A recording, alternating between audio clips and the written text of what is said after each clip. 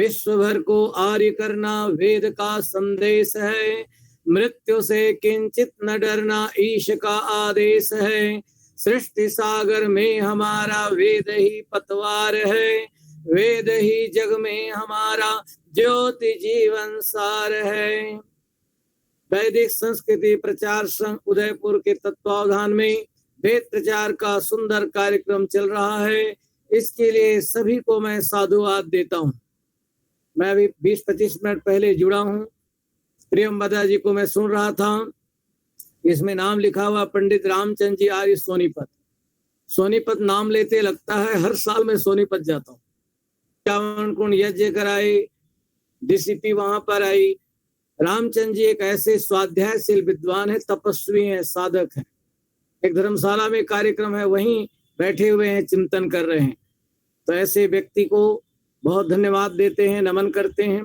और साथ ही साथ डॉक्टर प्रियंवदा जी वैदिक विदुषी, इन्होंने कुछ बातें कही, उसी बातें को मैं आगे बढ़ाऊंगा। सुंदर आपने व्याख्यान दिया और कार्यक्रम का सुंदर संचालन कर रहे लेखनी और वाणी के धनी विद्वान श्रीमान अवनीश मैत्री जी, इनको बहुत साधुवाद मैं देता हूं। आइए प्रियंवदा जी, आपने जो बात कही उस पूरी बातों को मैं केवल 4 पंक्ति में दे रहा हूं। अंधेरी कोठरी में भी पहुंच जाता है प्रकाश, जिसके दीवार में कोई छेद नहीं होता। सच बताओ महामानव के हृदय में क्या मानव मानव के प्रति भेद होता है? गाय काली नीली गोरी सांवली कोई भी हो, दूध आखिर सफेद होता है। ज्ञान का प्रकाश वहां होता है जहां उपनिषद और वेद होता है। ऋषियों की वाणी को हम सुने, अनंता वै वेदाः। मनु को हम कहें तो मनु कह रहे हैं, घोषणा कर रहे हैं, वेदा में परमम चक्षु वेदा में परमम बलम। वेद मेरे चक्षु हैं, वेद मेरे परम बल है।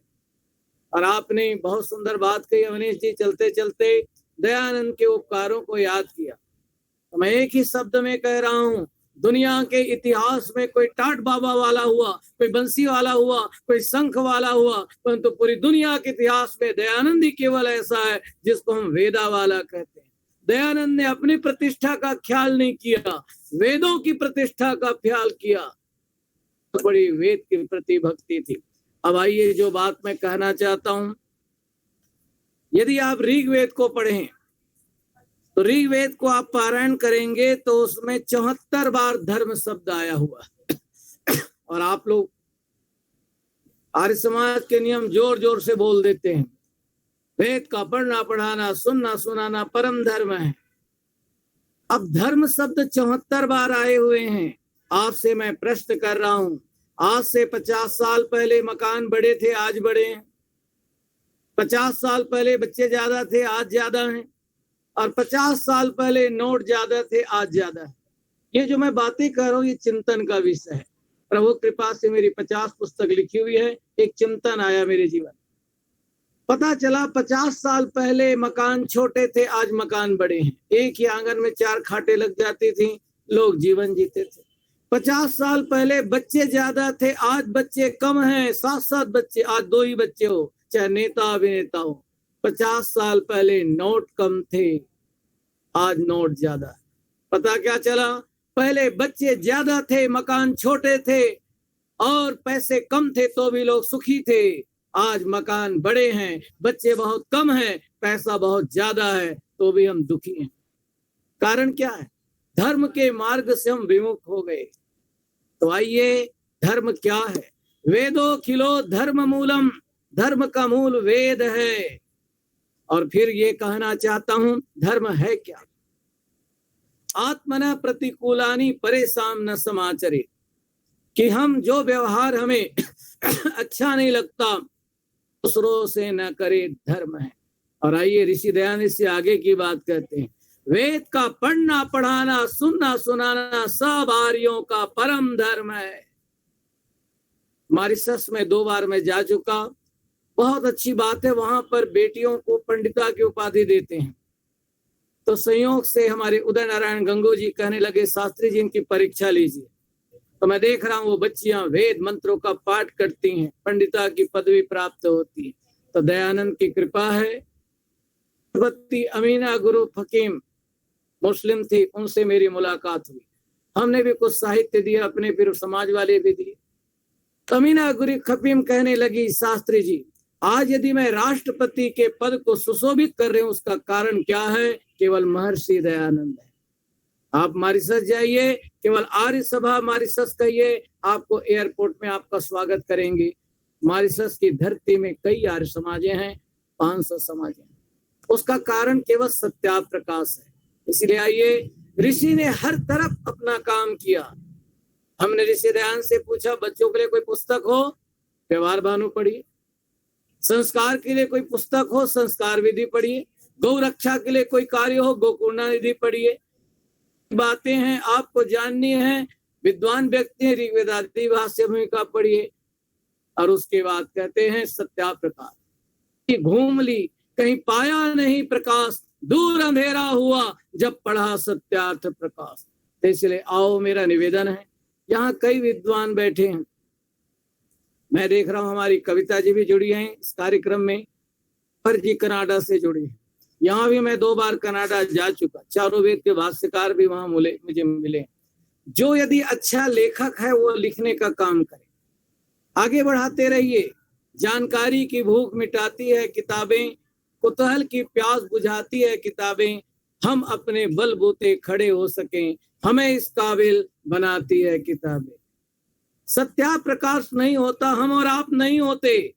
और ऋषि को कहा गया, स्वामी जी जा रहे हो, आपकी हत्या करने के लोग तत्पर हैं। दयानंद को अपने ग्रंथ से इतना प्रेम था, वो कहने लगा सत्याप्रकाश मैंने लिख दिया है, अब मेरी मृत्यु हो जाए तो भी चिंता नहीं। तो मेरा निवेदन है, आप लोग इस वेद प्रचार के कार्य को कर रहे हैं, इसके लिए आप सौभाग्यशाली। आज ही बरेली के बहन बरेली में नाम उनके सुपुत्र डॉक्टर श्वेत केतु जी, अभी हम 22 सितंबर से 26 सितंबर तक 251 कुंड का यज्ञ करने वाले हैं। 24 देश के लोग मंत्र पाठ करेंगे। पहले दिन 12 देश के लोग, समापन में 12 देश, England, Vietnam, Japan, Mauritius, Dubai, यहाँ के लोग मंत्र पाठ करेंगे। और साथ ही साथ मुझे बहुत प्रसन्नता हो रही है, 6 यजमान निश्चित की थी सरोजनी जी। अभी मैं बिल्कुल जुड़ा था, उससे पहले मैसेज देख रहा था, कहने लगी शास्त्री जी मैंने 10 यजमान तैयार कर दिए। मैंने कहा बहन जी आपका सम्मान होगा। और बरेली से 25 यजमान तैयार हो गए। मेरे पास से 251 कुंड का यज्ञ है, तो उसके लिए मैं सबको आमंत्रित कर रहा हूँ, क्योंकि समय भी हमारे पास कम है, तैयारी भी लगती है। और आइए, जो लोग इसमें यजमान बनना चाहते हैं, नित्य यज्ञ करते हैं, उनका भी हम सम्मान करेंगे। नित्य यज्ञ करने वाले यजमान बनने वाले को गायत्री साधक सम्मान दिया जाएगा। और जो विद्वान लोग हैं सेवा में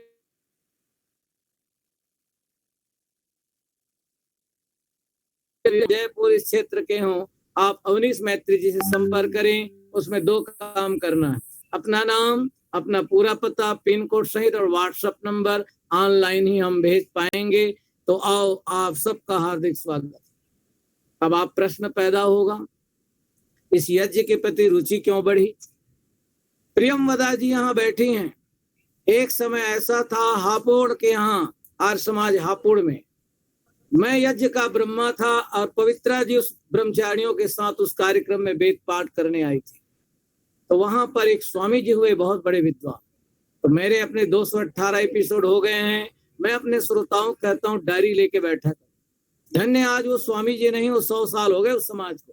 उनका नाम है स्वामी मुनीश्वरानंद वेद तीर्थ जी। आप वेद की चर्चा कर रहे हैं। मैंने एक श्लोक पढ़ा, वो तुरंत कहने लगे शास्त्री जी श्लोक को लिखो। इतने गुणग्राही व्यक्ति थे। तो आइए, श्लोक है, मानाग्निहोत्र मुतमान मौनम मानेन धीतम मुतमान यज्ञ चत्वारि कर्माणि भयंकराणि भयं प्रेक्षन्ति यथा किरा। बड़ी बड़ी समाजें हैं और कामों में हम लाखों करोड़ रुपया खर्चा करते हैं, परंतु यज्ञशाला में फटी हुई दरी पड़ी हुई, सामान पुराने पड़े हुए हैं, सामग्री रूखी सूखी है। जब आप, मुझे अच्छा लगा अवनीश जी आपका, मैं कैप्शन देख रहा हूँ, यज्ञ वही श्रेष्ठतमम कर्म, ये आपका आ रहा है, लिखा हुआ है। इसका मतलब इसी से बात कह रहा हूँ, यज्ञ वही श्रेष्ठतमम कर्म। श्रेष्ठतमम कर्म है तो श्रेष्ठतम आसन होने चाहिए। श्रेष्ठतम सामग्री होनी चाहिए, श्रेष्ठतम संविधाएं होनी चाहिए, श्रेष्ठतम विद्वान होना चाहिए। तो हम लोग उसको केवल मात्र एक परंपरा का निर्वहन करते हैं। तो जो लोग, कई समाज के लोग उस दिन अपने दरवाजा खोलेंगे, कई लोग सुंदर वेदी को सजा रहे हैं। आइए इस अवसर पर उन सबको हम शुभकामना देते हैं। यज्ञ जीवन का सार है, यज्ञ त्रिभुवन का आधार है। जो इसको अपनाएगा उसका बेड़ा पार है। आर्य जगत में एक स्वामी जगदीश्वरानंद जी महाराज हुआ करते थे। उनसे मेरा बहुत स्नेह था, आते थे। उन्होंने चतुर्वेद शतक, बहुत सारे ग्रंथ लिखे। उनके लिए मैं एक शब्द कहूं, संपादन कला निष्णात थे। मनोविनोद पूर्व बात को समाप्त कर रहे हैं, फिर आशीर्वाद दे देंगे। कहने लगे कि आर्य समाज निराकार को मानता है, तो आर्य समाज के लोग भी निराकार हो गए। बोले आर्य समाज साकार को नहीं मानता है, निराकार को मानता है, तो इनके कोष भी निराकार हो गए। परंतु एक तो साकार है, यज्ञशाला उसको सजाओ, तो इसलिए फटी हुई दरी ना हो, सुंदर सामान हो, तांबे के हो, साफ सुथरा हो, उसका बहुत बड़ा लाभ होगा और आपको भी फायदा होगा। तो आइए इस अवसर पर हम भगवान से प्रार्थना करते हैं, प्रभु सबको शरीर का सुख दे, मन की शांति दे, आत्मा का आनंद दे। मनोविनोद पूर्वक बात को करके मैं समाप्त कर रहा हूं। स्वामी दयानंद जी बड़े मनोविनोदी थे। एक सास ने बहू से पूछा, बेटी शास्त्री जी आ रहे हैं, क्या बनाओगे? बोले माँ जी हलवा बना लें। सास ने कहा बहू से कि हाँ बेटी हलवा बना लो, अच्छा रहेगा। जैसे हम यज्ञ कराने के लिए पहुंच गए तो कहने लगे शास्त्री जी गरम गरम हलवा बना रहे। अब सास और बहू में बातचीत होने लग गई। बातचीत क्या हुई? बहू कहने लगी माँ जी इसमें मैं किशमिश डाल दूं? बोले हाँ बेटी किशमिश डाल दो। उसके बाद बोले काजू डाल दूं? बोले हाँ काजू डाल दो। अब इसके बाद जैसे उस बेटी ने बादाम का डिब्बा उठाया, देखा, तब बोले माँ जी बादाम डालूं?